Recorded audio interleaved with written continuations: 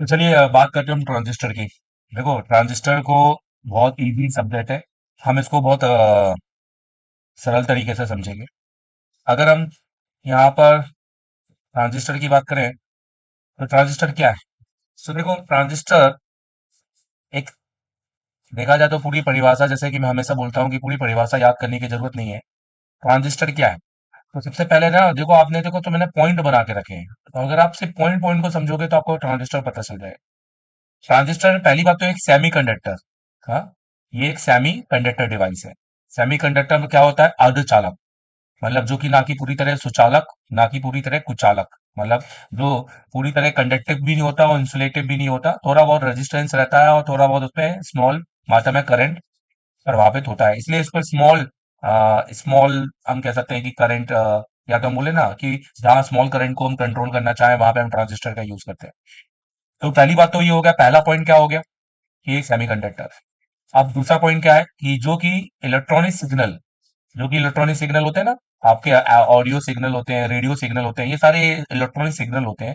इनको एम्पलीफाई करने, मतलब एम्पलीफाई कैसे, कि अभी ये सिग्नल लो है और जब इसके साथ होगा तो ये सिग्नल हाई हो जाएगा। तो ये इसको कहते हैं एम्पलीफिकेशन। ठीक है। तो एम्पलीफायर मतलब इलेक्ट्रॉनिक सिग्नल जो आपकी रेडियो सिग्नल है या फिर आपके ऑडियो डिजिटल सिग्नल है, तो वो सारे सिग्नल को एम्पलीफाई करने का और या स्विच करने का काम, स्विच मतलब आपको दूसरी जगह भेजने का काम करता है। तो ये हो गया दूसरा पॉइंट।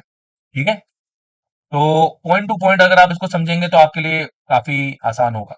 तो ट्रांजिस्टर का पहला पॉइंट क्या है, इसको कॉपी में लिख लो, साथ में सिर्फ वीडियो में देखो, लिखते जाओ।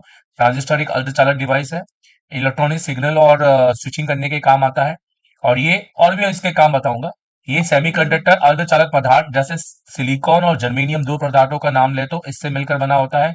इसमें तीन टर्मिनल होते हैं जो एक दूसरे को सर्किट जोड़ने के लिए, मतलब बेसिकली अगर मान लो ये देखो, ये सर्किट एक पूरा नहीं है क्योंकि ये जोड़ा नहीं है। क्यों, क्योंकि इसके बीच में हमने क्या लगाया हुआ है, हमने क्या लगाया हुआ है इसके बीच में, ट्रांजिस्टर। समझ में आ रहा है, ये इस तरीके से। तो हमने क्या लगाया हुआ है इसके बीच में, ये ट्रांजिस्टर। अब ये हमारा कलेक्टर और एमीटर और बेस, ये मिलकर हमारा ट्रांजिस्टर बनता है। तो आप देखो, तो ट्रांजिस्टर दो तरह का आपको दिखाई देगा, एक इस तरह का नॉर्मल ट्रांजिस्टर और एक एसएमडी ट्रांजिस्टर। ये ट्रांजिस्टर आपका नॉर्मल ट्रांजिस्टर है। ये दो डायोड से पीएन पीएन और एनपी, मतलब आपके जंक्शन से मिलकर बना होता है, दो जंक्शन से मिलकर ये ट्रांजिस्टर बना होता है, बेसिकली डायोड से मिलकर ये ट्रांजिस्टर बना होता है। और दो डायोड लगे होते हैं इसके अंदर। ठीक है। एक अगर हम यहाँ पर बात करेंगे तो ये आपका एसएमडी ट्रांजिस्टर है, जो इस तरह का दिखाई देता है। और ये नॉर्मल ट्रांजिस्टर है जो आपको टीवी के बोर्ड में या फिर नॉर्मल आपको इलेक्ट्रॉनिक्स एसी के बोर्ड में, ये आपको एसी के बोर्ड में देखने को मिलेंगे और ये वाले आपको डीसी के बोर्ड में देखने को मिलेंगे। अब जो हमेशा रखना, ट्रांजिस्टर को आप इस तरीके से सीधा रखोगे ना, जिसमें एक फ्लैट एरिया सामने होगा। ठीक है, फ्लैट एरिया। तो आप समझना कि ये जो पहला पहला होता है हमेशा, ये हमेशा ऑलवेज कलेक्टर, बीच वाला ऑलवेज बेस, और तीसरा नंबर जो होता है वो हमेशा एमीटर होता है। तो आपको क्या करना पड़ेगा, ये आपको फ्लैट एरिया सामने, ये जो फ्लैट एरिया दिखाई दे रहा है ना, ये फ्लैट एरिया सामने होना चाहिए। बराबर। तो सिंपल सी बात है, ये फ्लैट एरिया सामने होगा, ये फ्लैट एरिया। और आप इसको सीधा रखेंगे तो आप हमेशा पाएंगे कि पहला, दूसरा और तीसरा। सो फर्स्ट, जैसे लेफ्ट हैंड वाला collector, second base, third emitter. अब ये एनपीएन और पीएनपी दोनों है, बस इनको चेक करना है कि हमारा बेसिकली जो डायोड है जो बेस और एमीटर के बीच में लगा है, वो हम कैसे चेक करेंगे। तो इस, खैर वो मैं आपको इसकी टेस्टिंग बताऊंगा कि ट्रांजिस्टर की टेस्टिंग बहुत इजी है, प्रैक्टिकली मैं इसको बता दूंगा। ओके। अब हम बात करते हैं एसएमडी ट्रांजिस्टर में, हमेशा ध्यान रखना ऊपर वाला ऑलवेज कलेक्टर होता है, राइट हैंड वाला होता है वो हमेशा एमीटर होता है, और लेफ्ट हैंड वाला हमेशा बेस होता है। तो ये हमेशा, अब ये भी आपके दो प्रकार के होंगे, पीएनपी और एनपीएन। सो ये दिमाग में रखना कि ट्रांजिस्टर आपके तीन लैग होते हैं, जिसमें एसएमडी है जो आपके मोबाइल फोन में लगे होंगे, क्योंकि मोबाइल फोन डीसी सर्किट है, आप एसी सर्किट तो पढ़ नहीं रहे हैं। तो अगर आप एसी सर्किट में इसको देखते भी हैं तो भी आप इसको चेक कर लेंगे। और जैसे आप इसको चेक कर लेंगे वैसे ही आपको इसको चेक करना है। बस अंतर ये है कि इसकी टांगे टांगे जो है ऊपर नीचे है, जैसे इसमें जो है कलेक्टर आपको ऊपर की ओर देखने को मिलेगा, राइट हैंड में एमीटर देखने को मिलेगा, और लेफ्ट हैंड में आपको बेस देखने को मिलेगा। तो ये आपका ट्रांजिस्टर है। सो आई होप कि ये कंसेप्ट आपका इतना क्लियर है। अब हम आगे बढ़ते हैं। तो ट्रांजिस्टर इसका अगला पॉइंट कि ट्रांजिस्टर की वर्किंग क्या है। ट्रांजिस्टर की अगर हम वर्किंग की बात करेंगे तो सबसे पहले एम्पलीफिकेशन, जैसे कि मैंने बताया, कमजोर सिग्नल को मजबूत करना। जैसे कोई सिग्नल कमजोर आ रहा है, उसके अंदर बेसिकली आप देखो तो डंपिंग है, डंपिंग मतलब शुरू होकर ही खत्म हो जा रहा है, तो उसको मजबूत करना। तो ये ट्रांजिस्टर की मजबूत करना ट्रांजिस्टर की वर्किंग है एक तरह से। और ऑसिलेशन, डीसी को एसी में बदलता है। ट्रांजिस्टर का काम डीसी को एसी में बदलना भी है, क्योंकि बेसिक तो ये ऑसिलेशन करता है। और इस ऑसिलेशन का एक अलग सर्किट बनता है जिसको आपको एसी सर्किट में समझना पड़ेगा। तो ऑसिलेशन करता है ट्रांजिस्टर। और ट्रांजिस्टर क्या करता है, मॉड्यूलेशन करता है। मॉड्यूलेशन मतलब ऑडियो सिग्नल को रेडियो सिग्नल में कन्वर्ट करता है।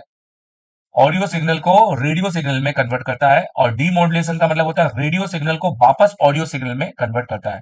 रेडियो सिग्नल आपके वेव सिग्नल्स होते हैं, और ऑडियो सिग्नल आपके डिजिटल सिग्नल्स होते हैं। तो आपके मतलब तरंगे जो आपकी रेडियो तरंगे हैं उसको आपकी आवाज साउंड तरंगों में बदलता है, जिससे आपको एक साउंड फ्रिक्वेंसी सुनने को मिलती है। और डिमॉड्यूलेशन होता है रेडियो सिग्नल को ऑडियो सिग्नल में चेंज करता है। फिर उसके बाद में अगला काम करता है स्विचिंग। स्विचिंग मतलब ऑन ऑफ करना। मतलब सर्किट को एक स्विच, जैसे हम मैकेनिकली हम बटन दबाते हैं, ऑन ऑफ हो जाता है, तो स्विच। तो हमारे फोन के अंदर ज्यादातर ट्रांजिस्टर स्विचिंग के लिए लगा होता है। जो हमारे मोबाइल में यूज होता है, वो वाला ट्रांजिस्टर ज्यादातर स्विचिंग ही काम करता है। और अगला है रेगुलेटिंग, मतलब इनपुट वोल्टेज में परिवर्तन होने के बाद भी आउटपुट वोल्टेज को स्थिर रखना। मतलब जैसे फॉर एग्जांपल, जैसे आपके स्टेबलाइजर होते हैं, अब स्टेबलाइजर के अंदर जैसे आपने 230 एसी करंट दिया फॉर एग्जांपल समझने के लिए, और ये आपका एसी लगा हुआ है, ठीक है। एसी को भी आपका कितना चाहिए, 230। और अगर मान लो वोल्टेज फ्लक्चुएट हुआ, मान लो आपके मीटर से ही या आपके खंबे से ही वोल्टेज फ्लक्चुएट हुआ और ये 350 तक चला गया, तो ये क्या होगा, अगर ये स्टेबलाइजर नहीं होगा तो डायरेक्ट एसी को कितना वोल्टेज मिल जाएगा, 350। जिसमें एसी का जो मदरबोर्ड है वो खराब हो जाएगा, क्योंकि उसके कंपोनेंट एकदम हाई वोल्टेज स्पाइक वोल्टेज की वजह से डैमेज हो जाएंगे। अब इसी स्पाइक वोल्टेज को अगर हम एक रेगुलेटर सर्किट से चलाएं, तो जैसे ही ये 350 वोल्टेज इसके अंदर जाएगा, तो ट्रांजिस्टर क्या करेगा, वो उसको रेगुलेट करके कुछ टाइम तक वो उसको 230 ही बनाए रखेगा। ताकि भाई अगर ये सर्टेन पॉइंट पे हो रहा है कि कुछ सेकंड के लिए हो रहा है, तो कुछ सेकंड तक तो आपका मामला सही है। और ये नहीं है कि कॉन्स्टेंटली 350 आ रहा है तो 230 करके देगा। इसमें तो ये भी आपका, ये स्वयं आपका खुद का ये जो बोर्ड है, स्टेबलाइजर है, ये ही खराब हो जाएगा, या ट्रांजिस्टर ही आपका उड़ जाएगा। सो दिमाग में रखना है, रेगुलेटिंग मतलब इनपुट वोल्टेज में अगर परिवर्तन हुआ, अगर फ्लक्चुएशन हुआ या अप डाउन हुआ, तो ये आउटपुट वोल्टेज को स्थिर रखता है। तो बेसिकली ट्रांजिस्टर ये सारी वर्किंग करता है। तो ट्रांजिस्टर की क्या क्या वर्किंग है, अब हम उसको फिर से समझ लेते हैं। सो इसको कॉपी में लिख लेना, जैसे कि मैंने बोला, एम्पलीफिकेशन मतलब कमजोर सिग्नल को मजबूत करना। ऑसिलेशन, ऑसिलेशन मतलब डीसी को एसी बदलना, जो कि एसी सर्किट में हम करते हैं। और बेसिकली मॉड्यूलेशन, मॉड्यूलेशन मतलब ऑडियो से देखो, ऑसिलेशन का एक अगर मैं एग्जांपल बताऊं तो ये आपका, आपके बेसिकली जो घरों में यूज होता है, इन्वर्टर। इन्वर्टर होता है ना जो आपके घरों के अंदर, इन्वर्टर। इन्वर्टर को क्या है, बैटरी से चला जाता है। बैटरी क्या होता है, डीसी। फिर उसको फिर हम किस में बदलते हैं, एसी में, ताकि वो हमारे घरों में बिजली दे। तो ऑसिलेशन बेसिकली एक हम इसको एलसी सर्किट से यूज करते हैं, बट इसका हम एसी में काम समझते हैं। हम तो मोबाइल फोन में ऑसिलेशन का काम नहीं करते हैं, तो इसलिए हम इसको समझेंगे नहीं। हमारे लिए मेन काम तो ये है हमारा स्विचिंग, स्विचिंग करना। और ट्रांजिस्टर का क्या काम है, मॉड्यूलेशन, ऑडियो सिग्नल को किस में बदलना, रेडियो को। और उसी को हम अगर चेंज करते हैं तो उसको डीमॉड्यूलेशन कहा जाता है, रेडियो को वापस किस में बदलना, ऑडियो में बदलना। ओके।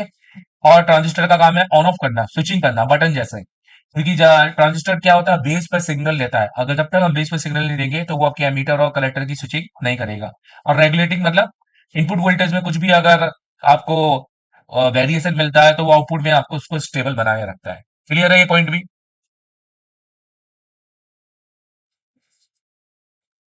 ट्रांजिस्टर के क्या लाभ है, अगर हम ट्रांजिस्टर के लाभ की बात करें, तो ट्रांजिस्टर सबसे पहली बात तो तेजी में काम करता है। देखो, पॉइंट टू पॉइंट समझने में सबसे बेस्ट काम होता है कि आप समझ में जल्दी आता है, और इसको नोट किया जा सकता है। अगर एक ही पैराग्राफ पूरा पढ़ लेंगे ना, तो आधा पैराग्राफ ही कोई पढ़ नहीं सकता है, समझना। यही रीजन है कि कमजोर बच्चा भी बहुत आसानी से इस चीज को समझ जाता है, जिस तरह से हम समझाते हैं। आई होप कि आपको समझ में आ रहा है। ट्रांजिस्टर क्या होता है, तेजी से काम करता है, माइक्रो सेकंड की स्पीड में ट्रांजिस्टर काम करता है।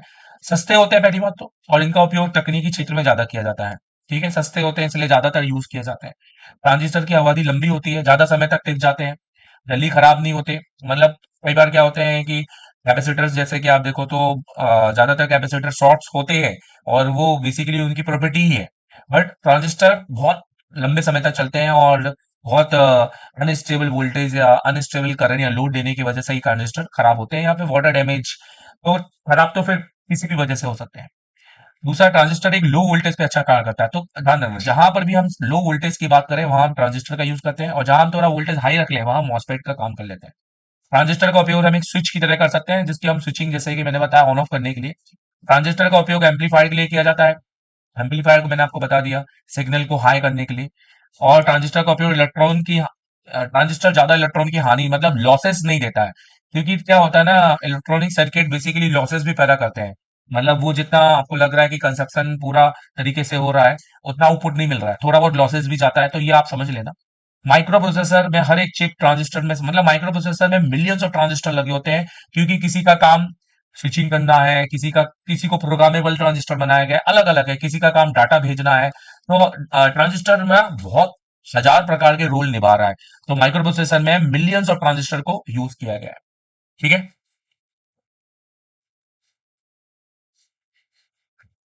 अगला पॉइंट पे चलते हैं। अब ट्रांजिस्टर के टाइप, सबसे पहले ना आपको ट्रांजिस्टर को ये सिंबल में समझना आना चाहिए। मैं आपको इतना इजी तरीके से समझाऊंगा, ये आपको बहुत मजा आ जाएगा। सबसे पहले तो आप देखो ट्रांजिस्टर, देखो दो प्रकार के ट्रांजिस्टर होते हैं, पीएनपी मत तो पीएन जंक्शन, और एनपी मतलब एनपी मतलब नेगेटिव पॉजिटिव और नेगेटिव। तो ये बेसिकली क्या है, ये एक जंक्शन है। ठीक है, क्योंकि डायोड जो डायोड है वो दो जंक्शन से मिलकर बना है। बट अगर हम हाय दोस्तों, अगर आप मुझसे पढ़ना चाहते हैं बट आ नहीं पा रहे हैं किसी कारण, या आपको आपका सॉफ्टवेयर क्लियर है, या आप एमएमसी और यूएफएस पे काम कर रहे हैं बट आपको हार्डवेयर की फॉल्ट फाइंडिंग में दिक्कत आ रही है, आपको हार्डवेयर में ट्रेसिंग में दिक्कत आ रही है, और आपको हार्डवेयर में बेसिकली नेटवर्क सेक्शन हो गए, डेट सेक्शन, 3 पावर कैसे काम करना है, कैसे चेक करना है, फॉल्ट टाइम क्या होता है, ये सारी चीजें आपको क्लियर नहीं है, और भी आपको सारे सर्किट बिल्कुल अच्छे से समझने हैं और जीरो से समझने हैं, बैटरी के एरर आपसे बन नहीं पा रहे हैं, तो मुझे लगता है कि आपको मेरा ऑनलाइन कोर्स, आपको मेरा ऑनलाइन कोर्सेज जो कि मेरे रिकॉर्डेड वीडियो है क्लास के, जिसमें प्रैक्टिकल भी देखने को मिलेगा, थ्योरी भी देखने को मिलेगी, तो आप उसको परचेस कीजिए। और दोस्तों, ये एक सस्ता कोर्स नहीं है, ये क्वालिटी बेस्ड कोर्स है, इसलिए इस कोर्स का भी दाम उतना ही है जितने आपके कोर्स का नॉलेज आपको मिलेगा। और इस कोर्स को परचेस करने के लिए आपको एमडी सर को कॉल करना पड़ेगा। आप इसको अपनी दुकान में बैठ के अपने मोबाइल और लैपटॉप में एक्सेस कर सकते हैं और नोट्स बना सकते हैं और कोर्स की थ्योरी विद प्रैक्टिकल समझ सकते हैं। क्योंकि दोस्तों, ऑनलाइन कोर्स जनरली इस तरह का होता है कि या तो हमने कुछ स्कीमेटिक बता दिया, और या तो हमने एक फोन पे दिखा दिया। यहाँ हमने स्कीमेटिक और फोन दोनों को ही कंबाइन करके बताया गया है, जो कि समझने में बहुत बेहतर है। दोस्तों, जो हार्डवेयर में फॉल्ट फाइंडिंग बस समझना चाहता है, जिसका सॉफ्टवेयर एमएमसी यूएफएस सब कुछ क्लियर है, वो चाहता है कि मुझे हार्डवेयर में थोड़ी सी नॉलेज मिल जाए, और एसर टेलीकॉम आना चाहता है और आपको एडमिशन नहीं मिल रहा है, या आप इतना महीना नहीं देना चाहते हैं, तो आप मेरा एंड्रॉइड का कोर्स परचेस कर सकते हैं, जो कि हमारे रिकॉर्डेड वीडियो रहते हैं, जिसमें आपको लगेगा कि आप क्लास में बैठे हुए हैं और वही पढ़ रहे हैं जो हम यहाँ पढ़ा रहे हैं। थ्योरी और उससे कहीं ज़्यादा प्रैक्टिकल आपको देखने को मिलेगा मेरी क्लास में ज़्यादातर। और उस क्लास में आपको मैं जीरो से एडवांस लेवल, जिसमें एडवांस नेटवर्क की बात करें तो डुप्लेक्सर किस तरह से काम करते हैं, क्या हम उसको बाईपास कर सकते हैं, नेटवर्क सेक्शन बेसिकली काम कैसे करता है, कौन कौन से पॉइंट पे हमें वोल्टेज चेक करना होगा, और आपके डेट सेक्शन में हमें किस तरीके से पावर एसी को चेक करना है, सीपीयू कैसे चेक करना है, एमएनसी के आसपास हमें क्या चेक करना होता है, या हमें सारे के सारे वोल्टेज की जानकारी अगर बूट सुकेंस के साथ चाहिए, तो ये कोर्स आप परचेज कीजिए। इस कोर्स को परचेज करने के लिए आप एमडी सर को कॉल कर सकते हैं।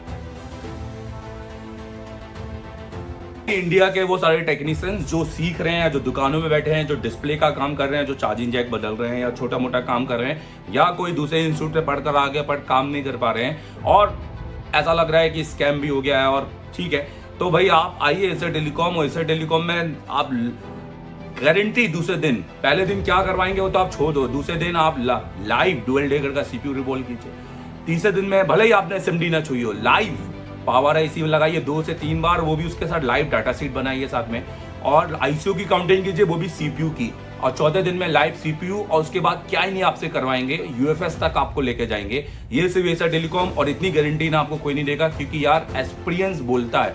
तो आओ एक बार एमडी सर को कॉल करो, अपनी बैच बुक करो और आग बंद करके आओ, देखो मैं तुम्हारी जिंदगी किस तरह से बदल दूंगा।